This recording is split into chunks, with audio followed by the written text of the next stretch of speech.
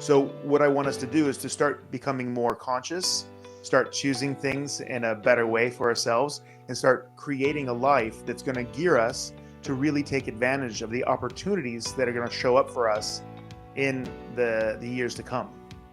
This podcast is brought to you by The Integrated Human.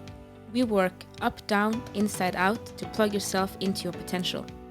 If you want to see what we are up to and what's next, sign up to our newsletter or follow us on social media. If you like what we are doing, we really appreciate it if you can like our post on social media and YouTube and help us grow.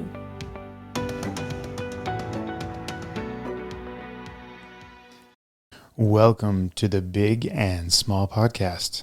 I'm Jason Shields, and I'm big. And I'm Marit Gabrielsen, and I'm the tiny one. All right. Back in the hot seat. Back in the hot seat. Yup. So, I have some interesting observations. Let's go. Yeah, let's do it. So, just so that's clear, me and Jason haven't talked for a week now because he's been on vacation. The first time ever. Yeah, so I'm very interested about his observations. Yeah, right? It's very interesting because people do what people do. Yes. And people go where people go. Yes. Yeah. And there's a reason why people go where people go, right? It's comfortable. We talked about that slightly last time. Yeah, a little bit, right? A little bit better that be in the pack than on the outside. Exactly. It's better to be in the pack than on the outside because that's where you get munched, right? That's where you get attacked and isolated. And that's the whole predator strategy. Isolate you from the pack and then eat you, right? Yes. So we often are inaccurate in our way of experiencing life, either because we're always doing what other people are doing because that's what people do, or we are trying to be unique in a way that makes you not want to do what other people are doing, regardless of reason. Yes. So some people go out of their way to be different than everybody else. Yes, they do. Yes, they do, yes, right? They do. And it's interesting to figure out in your life, where do you try to not be like everybody else? And where do you do what everybody else does? Because in general, we spend lots of time, looking and criticizing and figuring out and analyzing and all that stuff. But in general, most of us, please forgive me, my handicapped friends, but handicapable. But most of us have 2 eyes, 2 ears, 2 hands, 2 feet, We have relatively the same equipment, relatively speaking. IQ points. None of us has wings, is what you're saying. Yeah, we and the ones that have unicorn horns, they're the ones that, had that stuff put in, right? So what I'm saying is that it's our evaluations and our choices that are actually the things that determine our results in most cases. It's not because, let's just, you are a fantastic height. I'm 162 centimeters. You're it's a fantastic height, but it's not fantastic like, it's height. Not, but really, you're not really considered tall. You're considered tall in China. You're tall in Ecuador. I was in China once. Yes, you were. Well, I wasn't. I can't. You can't. Question: can you say you've been to a country if you've just been in the airport? Technically, yes. But you can't say that you have experienced the country. No, but one time I landed in Hong Kong. Yeah. And it's a very interesting experience because all of a sudden I could see the top of people's head. Yeah, and you're like, whoa. I was freaked out. Yeah, you're like, is that what heads look like? Whoa, yeah. That's weird. You're usually but looking at the bottom of beards, right? I'm a perfect height, yes. Yeah, in Scandinavia, you're not exactly tall. But how much does that actually change your life compared to other people? Not that much, because you can your kitchen you can have fixed so that the table the counter heights. It's mostly that I have to have a tiny stool sometimes to step on, and sometimes I have to crawl inside the refrigerator at the grocery store. Yeah, and other than that, I get also more help, especially if I'm in the States, because if I just look up, people often run over and help me take things down. Yeah, so they do. Very nice. Yeah, and that's what I'm saying. It's like our physical differences in general. If you're born with bad eyes, you have glasses and all kinds of stuff. I mean, society has been really good at kind of equalizing the playing field. So it's about our choices. So where is it in your life that you're trying to be different than everybody else? And does it serve you? And where is it that you're just like everybody else? And does it serve you? Right? Because we talk a lot about our mothers and fathers and teachers and preachers. They give us this personality, this structure, this survival strategy is what they're giving you. And a lot of people hate their parents because, they put limitations on me. Oh, yeah, I know. This is a digression. Yeah. I usually come with them anyway. So I know about this. I have a friend of mine that has friends, you hear about stuff that they had. I think I said it before, one of the first podcasts, but there was that they had to go, they went to a psychologist. Yes. Yeah? And they were in their treatment. Mm-hmm. They had to go up to their parents and tell them how bad of a job they did. And blame them for making them who they are. Blame and shame. I just had to tell you what a bad job you did. It was horrific. Yeah, exactly. I will tell Mom and Dad, you did a good job.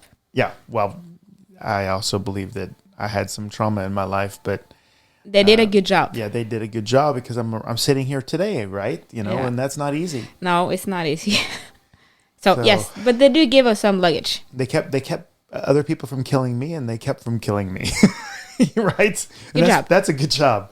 So, we have this survival strategy, which often has to do with keeping us in the flock. Normalizing us, and that's what school does. It normalizes you. So, it's about education. No, it's not. It's about making sure that you can survive in society, that that you have to get up and you have to show up when you say you're going to show up, and you have to complete tasks and all that stuff. Like, yeah, but, what's the significance of 1492? Is it the price of a used car or when Columbus sailed? It's like, Is it nobody cares. Yeah. Okay. But nobody cares. Someone's going to check that. Yeah, somebody's going to check that. Google it. But nobody cares, right?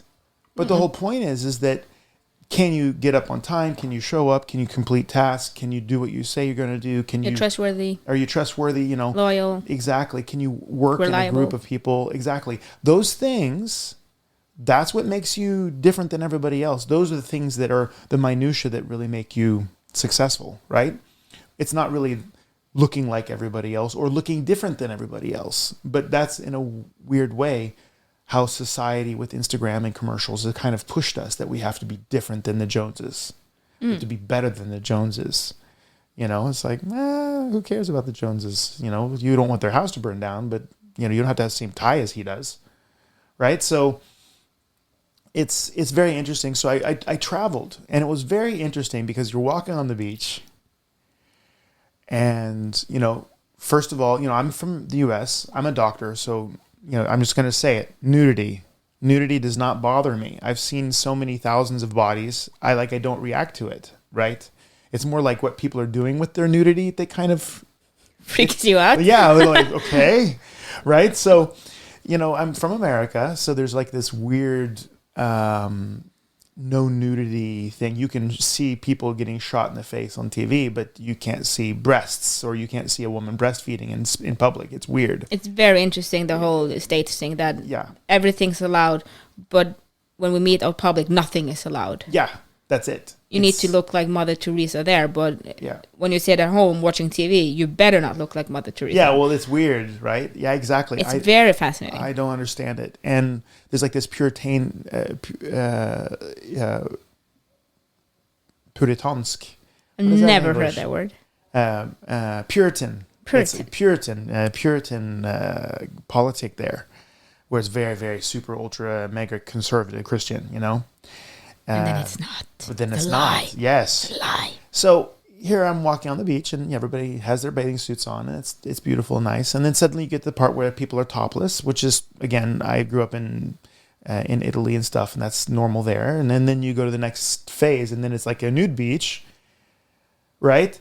And it's very interesting because I really don't care if people are nude. It doesn't faze me. It's not sexual. It's just body, right? But then when you have people who are accessorizing their nudity. Accessorizing. They're accessorizing their nudity. That's so weird for me, and showing it off. Like, and what are the rules? Because here's this guy with a Walkman on and a headband, and he's dancing nude. And I'm like, first of all, is that Walkman okay when you're on a nude beach? But what about the headband? Why the headband? That's accessories. You shouldn't have. He's accessorizing. Exactly. He's accessorizing. Like, if it's a nude beach, it's a nude beach, right? I mean, should be. It's not my rules. It's his rules. I don't know what the rules are. I've never been to one, so. And that's the whole point. I'm kind of like, now, I want to judge the guy. I want to judge him. But then I just realized it's not about the judging, even though those are his rules.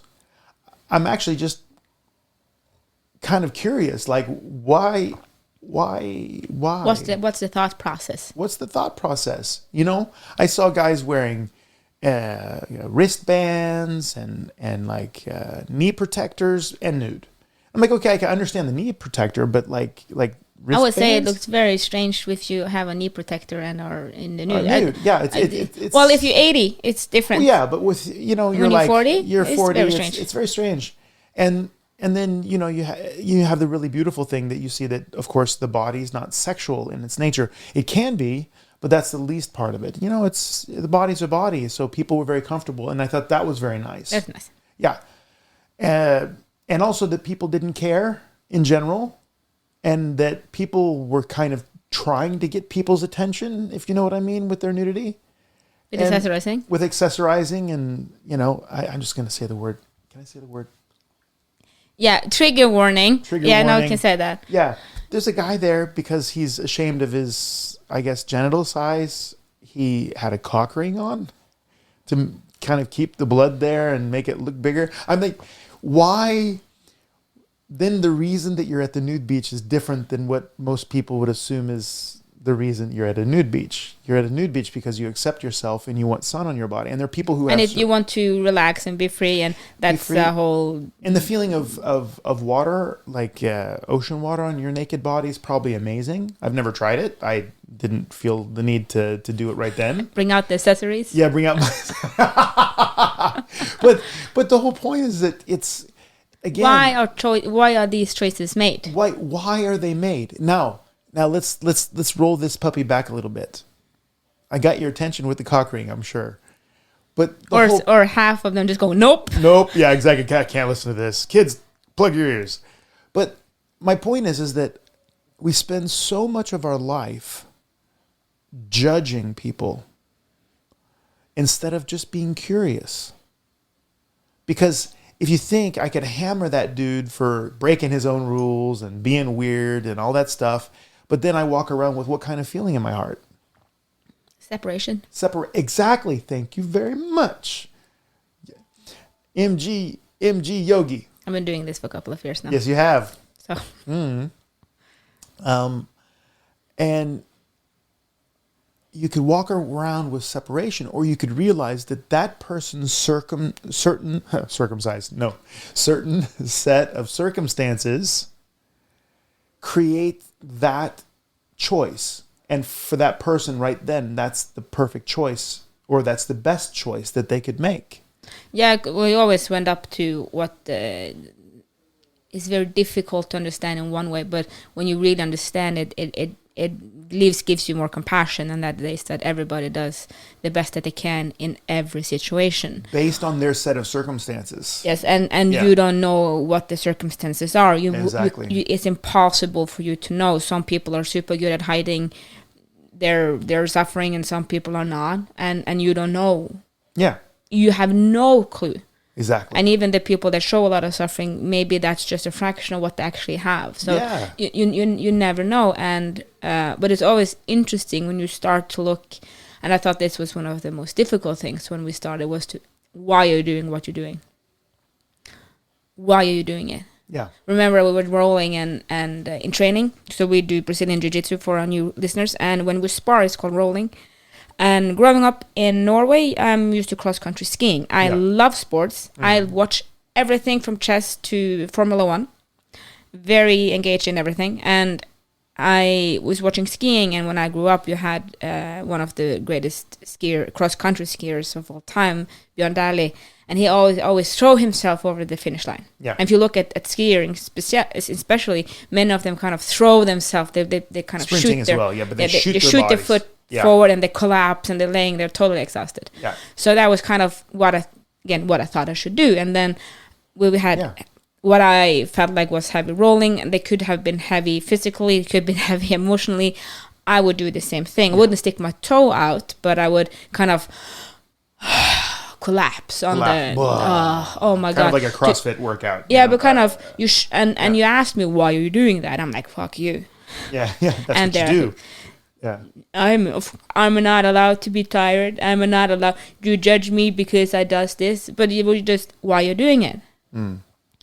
And it's kind of you kind of trying also to show the world that you gave it all, right, exactly. even if you didn't win. You gave you had nothing left. Yeah, that's it.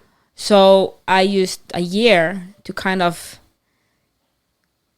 refuse that pattern. Yeah, to roll that back. To even if I was tired, get up, get going. If I was not tired, get up, get going. Yeah. If I was devastated, get up, get going. If I was ecstatic, get up, get going.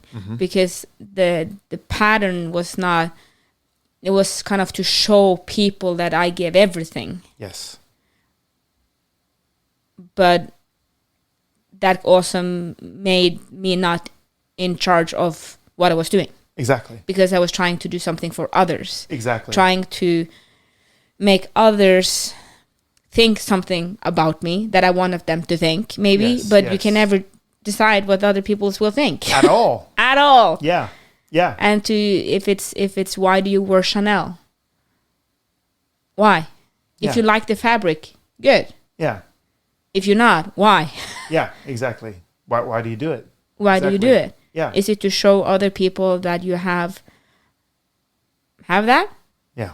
If you have a Rolex, I want a Rolex. Yes, you will have I one. will have one. I really want one. Yes. But why do you On want my, one? on my vacation, I had Steve take a picture of what for you? Yeah, a Rolex. Yes. But I have a specific reason Yeah. and time Yes. for when I want that, because it has Yes. nothing to do with because Showing I could other people, afford it a has to do with- Rolex Yeah. now. Yeah.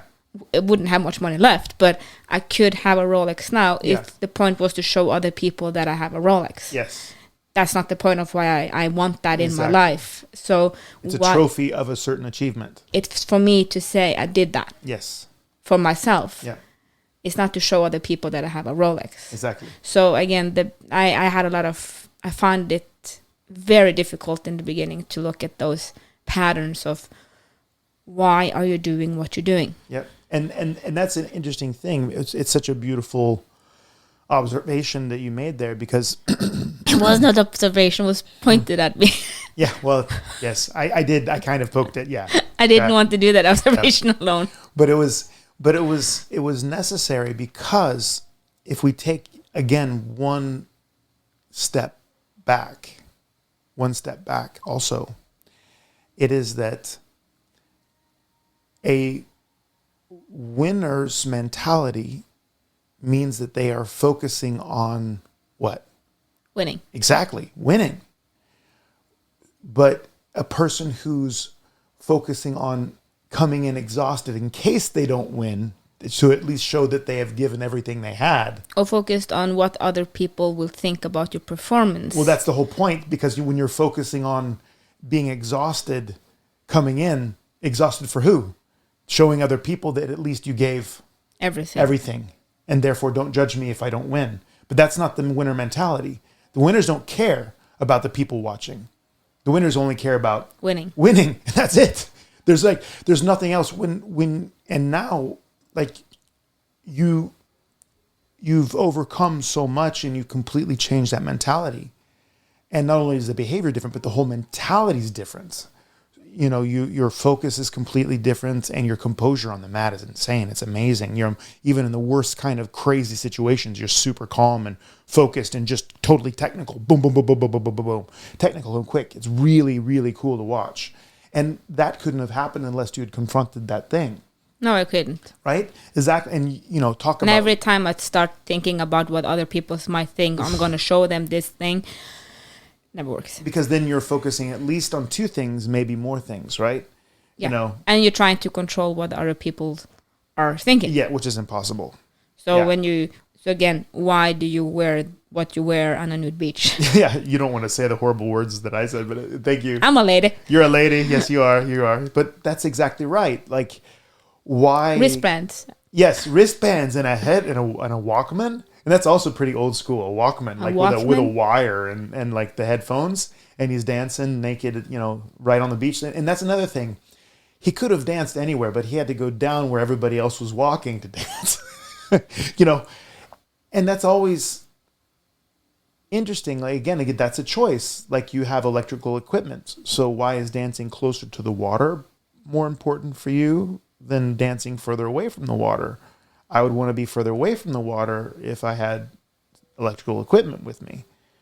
And since it's a tape player, which is also very old, like 80s, of course the guy wasn't super young. He was probably like, I don't know, 60. Then what's your point? You know, and maybe he just had, his heart was filled with love and he had to be out as close to the ocean as possible. We don't know. We don't know. You see, that's it. I ask myself the question. I don't judge him. I'm asking my question. I'm trying to figure out what is his motivation for doing that. And we may never know. Even if I asked him, he may not know. Because people aren't necessarily conscious over the things that they're trying to do to separate themselves from the flock. But then you get to my point. Actually, my question now, and that is, so for our dear listeners, and myself included, because these are blind spots. Until you look at them. Until you look at them. Yes, I didn't know I was doing the thing I was doing, and because of the reasons I was doing it. Yeah. And usually if people point it out, one will get angry, because why do you dare question what I'm doing? But how do one start seeing these blind spots then? Well, other than going to a Flow State Continuum weekend, of course. Yes. Yeah. That's the whole point. The first level of this is to see the results that you're getting consistently in your life. And those results come from a certain thought pattern or choice setup. A choice setup. So when you're choosing a certain way, you get certain results in general. You know, you control 50% of every situation, because wherever you are, there you are. So if you control your choices and the way you're looking at things, then you will start seeing that a certain pattern of results comes up. So it can be everything from every Monday I'm so exhausted. Why? Yeah. Or every coworker is such a pain in my ass. Yeah. Or everybody's such a dick after 3:00 in the afternoon. Or is it maybe just I'm tired and I'm hungry? So it's kind of, if you see that you have like if you say everybody, or always, or never, or exactly. And you're asking yourself, I will never win. So I always ask myself, why and what? You know, it's like, what is this and why is it like that? Why am I tired every Monday? You know, what makes me tired, you know? Well, exactly. I drink Pepsi mugs and coffee until 8:00 on Sundays. Yeah. Because that's the time I have with my husband. And then I go to bed at 1. Yeah. And then I wake up at 7 or 6. While the other days... And you're a person who needs... Sleep. But the other days I go to bed at 10 and I don't drink coffee after 5. Yes, exactly. But you need to have something on Sundays. Yeah, exactly. And that's the whole point. That costs that equation, right? Exactly. Those are the things, and that we have reasons for them, but that doesn't take away the consequences. Yeah, but you know, you need to come to 10 treatments in order to get well. And the person shows up to 3 of them, but they have really good reasons for the 7 that they avalanches, slippery roads, kids were sick. But does that mean they get the results because they have an excuse or they have a reason? No. They showed up to 3, they needed 10, done. It's very easy equation, but the problem is because we're in a story of our life where we're the hero and we're choosing our things, we think the choices and the reasons for our choices shelter us from the consequences.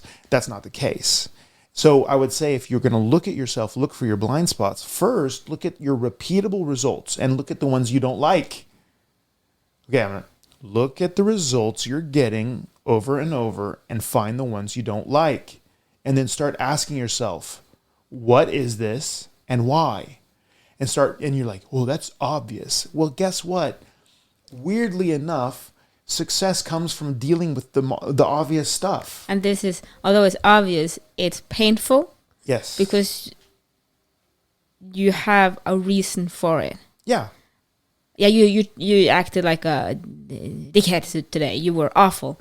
Yeah, but I didn't sleep, and I had my period, and I'm tired, and.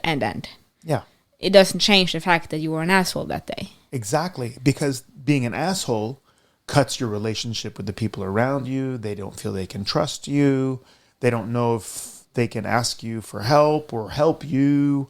They don't want to approach, which means that you're more isolated, which then you may suddenly start getting less and less love in your life.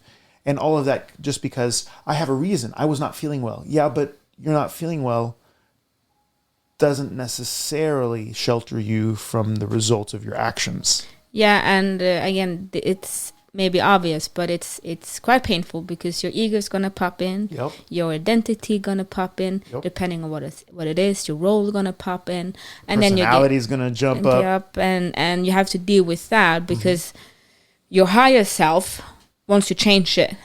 Yes. But the small self are very happy where it is. Yeah, because it's surviving with that. It hates changes. It hates changes because change means stress. Change means having to work, right? Change is the most stressful thing ever for people, good or bad. Yeah, that's it. You can go up in salary. That means taxes. Yeah, it's taxes and figuring out what you're going to do with your money. Yeah, but it's everything stress. Yeah. Good stress is stress. Bad Yeah. stress is stress. Yeah, I remember that one conversation we had about being a world champion. And you're like, yeah, I'm going to be world champion. I was like, yes, yeah, that's true. We're going to make that Not there happen. yet. Yeah, you'll get there. We have a plan for We that. have a plan for it. We do have a plan. We have a plan. So, and the result's going to be better than you ever thought it could be. Yeah. Excited. Yes, it's Yay. going to be amazing. So, but the point is, but I kept telling you that, okay, I'm a 3-time master world champion in jiu-jitsu. And you're like, yeah. So you realize that means that every time I roll with somebody or I spar with somebody, they're actually testing themselves against a world champion. And you're like, well, what do you mean? And it's like, well, I actually have to fight people constantly. And if I lose, then they basically are world champions, which means people are traveling to fight with me, which is the case. They were coming from all over to fight me, to test themselves, to see if they were ready to go compete. So being a champion is not just wonderful. Sometimes, again, yay, I finally got my goal, but then what does it cost you? Now we had this conversation the other day. I'm now a brown belt in jiu-jitsu, and I'm very good. Yes. But I sometimes I miss being but I barely roll with half the people. Yeah. In my purple I roll with much more people, but now I'm kind of down to half because before, when I was a lower belt, they took into consideration my size and gender. Yeah. Because I don't have testosterone. I'm 33 and I'm fighting people that are 100 kilos and they are 26-year-old 100-kilo men. And they think they are taking it. But again, when I was small, I didn't have when I was a lower belt, I didn't have that much technique. So they kind of felt bad for me and helped me and gave me their back and let me choke them out and stuff. They don't do that anymore. No, but all they of try them, to kill you. all of them go, well, I'm not trying to lift you. I'm like, you've been throwing me around like a rag doll for like the last 5 minutes. You bench pressed me with one arm.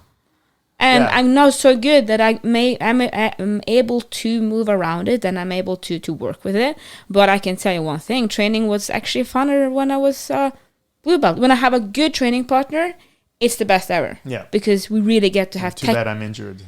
Yeah. We're getting there, we're getting back. But when you have when I have a very good technical partner, it's fun because we can exchange technique, which is the fun part. But if they're not, it's horrible. It's horrific because if they beat me, they beat a brown belt. Yeah, exactly. So they're actually hanging a scalp on the wall, like, I beat a brown belt, Yeah. Which for most people, if you don't do jiu-jitsu, the belts are crazy. Like at blue belt, you're supposed to be able to take a challenge match. At purple, you're a professional athlete. Like you have to understand that brown belt is a very high belt. It's very, very skilled. But it kind of, again, coming back to, it's not always as, everything has their good and bad things. Like you said, I can have the best trainings and most fun trainings I've ever had now because of the technical level. At the same time, I only roll with half of the people because I'm not getting a training. No. I'm getting a lot of submissions, but there's no fun in I'm not after submissions, I'm after technical training. Yeah. So you kind of end up with, you have to make decisions all the time. Yeah, you get a lot of submissions on people, but you also run the risk of being injured by them because they don't understand that they're using force and weight in an inappropriate way because they're losing. And your leverage makes you feel like you are a 100-kilo gorilla yourself, which is really weird. Like the technical level that you have when you're applying force on people, it feels like you're super, super duper duper strong, which you are quite strong, but your technical leverage makes it way, way more. And their monkey inside freaks out and they don't know they're going into survival mode. And they start to chuck you around. I can say in the last 1.5 years, I've broken my jaw. I've gotten a hillbilly tooth in the front of my face. We love hillbillies. Come on. I have like I have a chipped tooth. Yeah. And my front teeth are my pride and joy in life. Thank you, Papa, for giving them to me. Yes. But I have a hillbilly tooth now. And I went to the dentist last week because I got a knee to my face because someone was going buck wild crazy on me, and I knocked out two of my fillings in in 2 teeth. Yeah, but you have to tell it the way it happened though, because it's like you went to the dentist to fix, and he found out that one of your fillings was loose, and as he was dealing with that, the other one just fell out. Oh my God. And I asked how, said, have you been, he knows that I do Brazilian Jiu-Jitsu, and he went, so what's been happening? Have you been fighting? I'm like, yeah, I've been training. I'm like, did you get a knee to the face not too long ago? Like, yeah, I did. Well, that's the reason, because I'm like, how? Like, are my teeth disappearing? Do I need to change something? Am I drinking too much soda, eating too much candy, eating whatever? What do I need to do if my teeth are falling out of my mouth? Oh, like, your fillings are falling out. That's going to be the next thing. No. Cancel. Sorry. We don't lose teeth on the mat. No. Just hillbilly teeth. No. Cancel. Anyways, so it was just, it's just interesting because it's so fun getting to excellence. Yeah. But when you get to excellence, it also takes away so much. Yeah, in a way.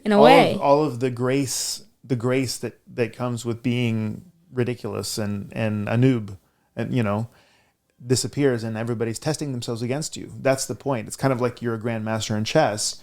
You can't just have fun. You can't have fun and half-heartedly do stuff. You have to go in there and show your excellence. And if you don't, everybody walks around like, oh, I beat a grandmaster in chess. That's the way it is. And it's the same if you're a stockbroker or whatever. Yeah. If you're excellent in something, painting. Yeah. You can't just fart out something crappy, Because what if someone sees it and then start talking about it? People look in your sketchbooks. Oh, that's actually something really interesting. Talk about what other people think. If you go online and you look at sketchbooks, like just type in YouTube sketchbooks, you see people's sketchbooks and they look like finished pieces of art. Like the sketchbook is basically 50 pages of a masterpiece. But then when I went to SARA, the Scandinavian Academy for Realist Art, I was looking at people's sketchbooks and it looks like shit.